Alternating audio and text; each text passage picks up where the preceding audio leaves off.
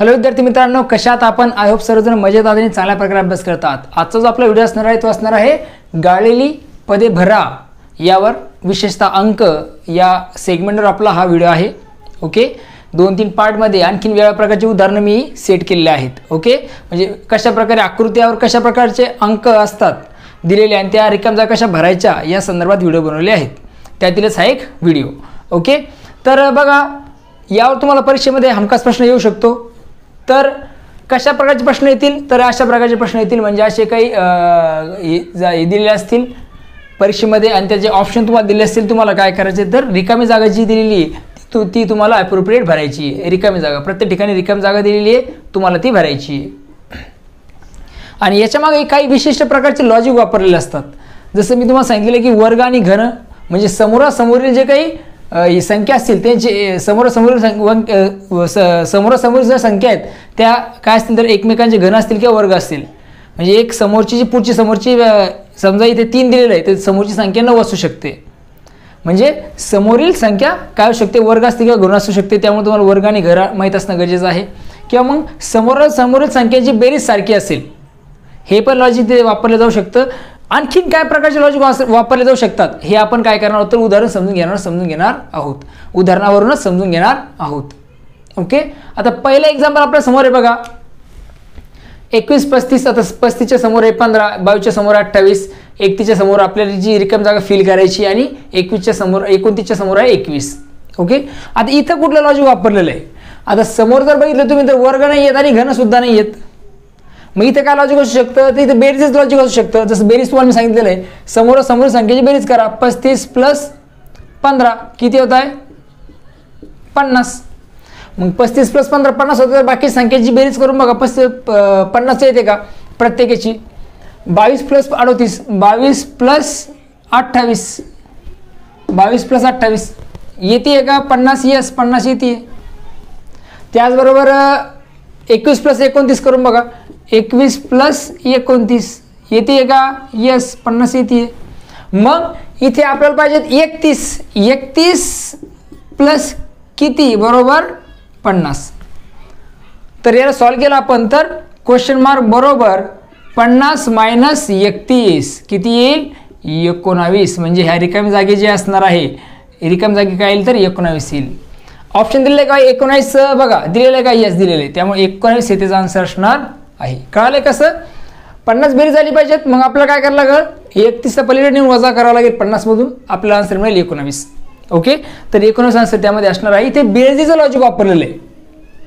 Okay, त्यानंतर पुढचं example बघा, 3, 10, 5, 8, 29, 1002, 127। इथे काय लॉजिक वापरलेलं आहे? ओके, इथे लॉजिक वापरलेलं आहे।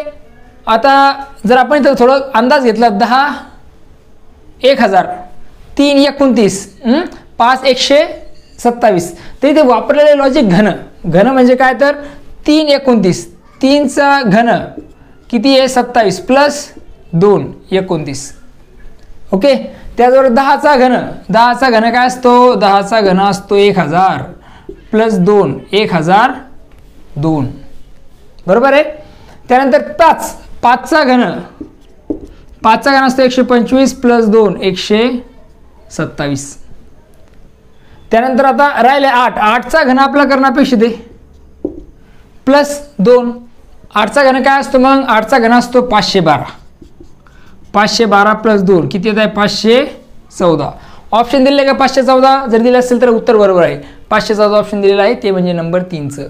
ओके, अशा प्रकारचं लॉजिक वापरला जाऊ शकते। एखाद्या इथे काय असतील, ही घन वापरलेले प्रत्येक ठिकाणी घन वापरले, की एखाद्या वर्ग वापरलेला असेल, पॉसिबिलिटी आहे। ओके, त्यामुळे लक्षात असू द्या। ओके, त्यानंतर पुढचं एक्झाम्पल बघा काय दिलेलं आहे। पुढचं एक्झाम्पल आहे 52, 71, 47, 37। ओके, तर इथे पण आपल्याला दिसतंय की वर्ग कुठं वापरलेले नाही आहेत, इथे सुद्धा बेरजेचा संबंध असायला हवा। मग 52 + 48 करून बघूया। 52 + 48, 52 + 48 किती होत आहे? 100। 8 2 10, 5 5 10, करेक्ट। त्यानंतर 71 + 29, 71 + 29 किती होत आहे बेरीज? 9 1 10, 0 7 1 7 3 10, 100 येते। म्हणजे प्रत्येकाची बेरीज 100 असणारे समोर संख्येची. मग आपल्याला कळेल 37च्या समोरची किती आहे, मग 37 प्लस क्वेश्चन मार्क 100. काही लॉजिक मग बरोबर. 100 मायनस 37 किती येतं आहे, ट्राय करून बघा. 100 37 गेल्यावर 10तून 7 गेले 3, खाली उरला 1. त्यानंतर 10तून 4 गेले 6, 0, 63. 63 आन्सर यायला पाहिजे. 63 ऑप्शन दिलेला आहे का, येस. तर इथं काय येईल तर 63 येईल, ऑप्शन दिलेला आहे. तर त्यामुळे त्यानुसार आन्सर काय असणार आहे तर 63 असणार आहे. अशा प्रकारे आपल्याला हे सॉल्व करायचं आहे. ओके, आणखीन काय एक्झाम्पल बघूया याच पद्धतीचे. पुढचं जे उदाहरण दिलेलं आहे ते काय बघा, तर इथे तुम्हाला दिसतंय समोरील संख्येकडे जर तुम्ही बघितलं तर समोरची एकमेकांसमोरची म्हणजे 7 आहे. 7च्या समोरची संख्येची तिचे वर्ग आहे. 7 7 49, 7चा वर्ग 49, 8चा वर्ग 64, 9चा वर्ग काय असेल ते तुम्हाला फाइंड आउट करायचं आहे आणि 6चा वर्ग ते दिला आहे 36. मग 9चा वर्ग काय असतो, 9 9 81, 81 हे आन्सर असणं गरजेचं आहे. समोरची ही काय आहे तर वर्ग संख्या तुम्हाला लिहायची आहे. ओके, त्याचनंतर पुढचं एक्झाम्पल दिसतं तुम्हाला 2चा घन असतो 8, 7चा घन आपल्याला फाइंड आउट करायचा आहे. करेक्ट, ठीक आहे. 3चा घन आहे 27, 3 3 9 9 3 27. 5चा घन 125 आहे. आता 7चा घन असतो 343. तुम्हाला पहिल्यांदा सांगितलं की घन आणि वर्ग पाठ करून ठेवा, त्यामुळे 7चा घन जो असणार आहे तो असणार आहे 343. त्यामुळे इथे काय यायला पाहिजे तर 343 येणार आहे. ओके, 343 इथे आन्सर असणार आहे. नंबर 3चं जे उदाहरण आहे तिथे काय लॉजिक वापरलेलं आहे ते आता आपण समजून घेऊया. 8च्या समोर 22 दिलेलं आहे, त्यानंतर 10च्या समोर 20 दिलेलं आहे, 19च्या समोर 15 आहे आणि 11 समोर काय असेल तुम्हाला फाइंड आउट करायचं आहे. इथे वेगळ्या प्रकारचा लॉजिक आपल्याला दिसून येईल. ते म्हणजे काय असणार बघा, हे जे की 1 सोडून 1 अंक आहे त्याची बेरीज तुम्हाला करायची. म्हणजे 8 प्लस 1 19 सोडला तर 10 प्लस 22 प्लस 20.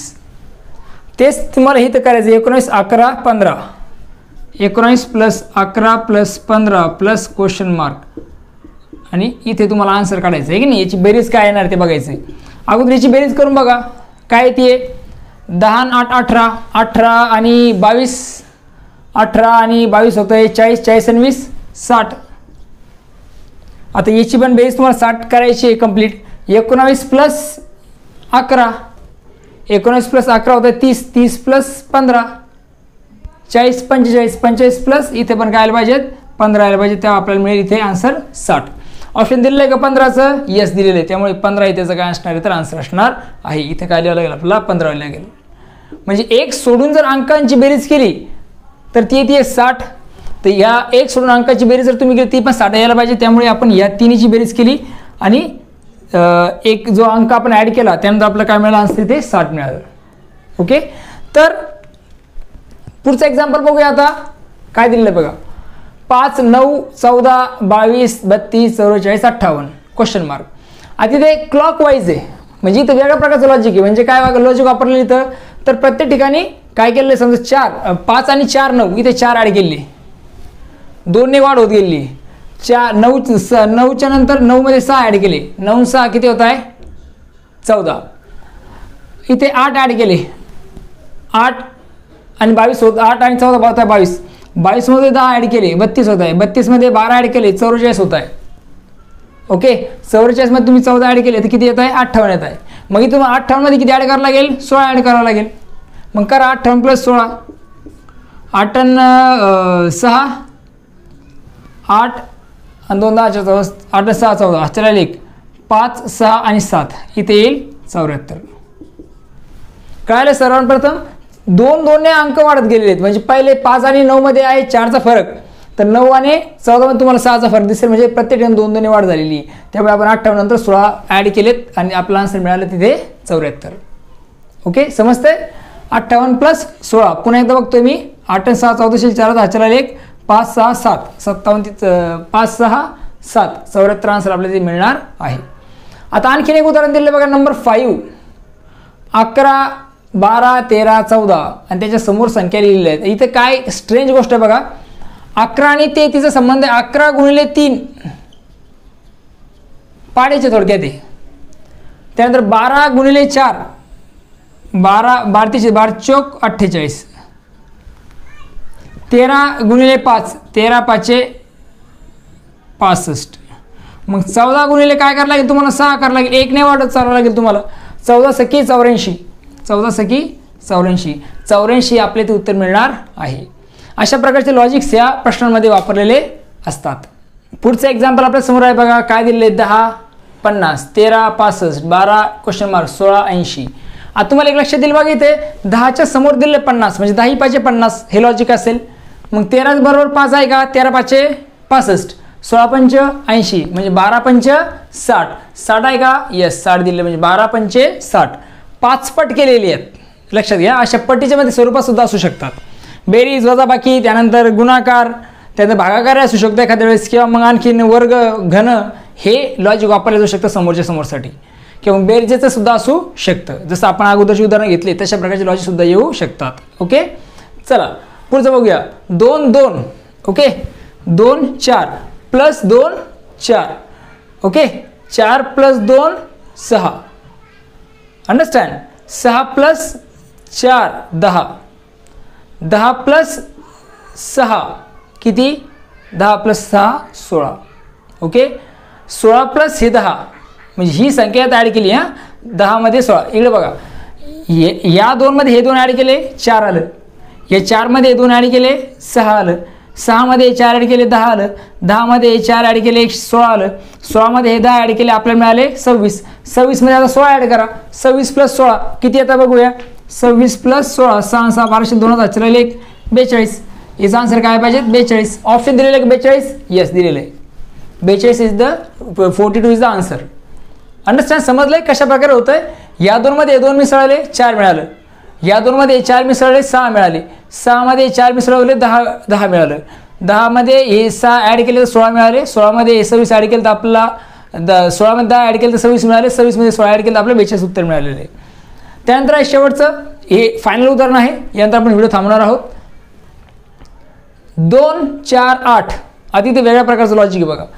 2 आणि 2 4, 4 आणि 4 8, 8 आणि 8 16, 16 आणि 16 32, 32 दुने 64, 64 दुने 128. मग 128 ला 2 ने गुणाकार करा.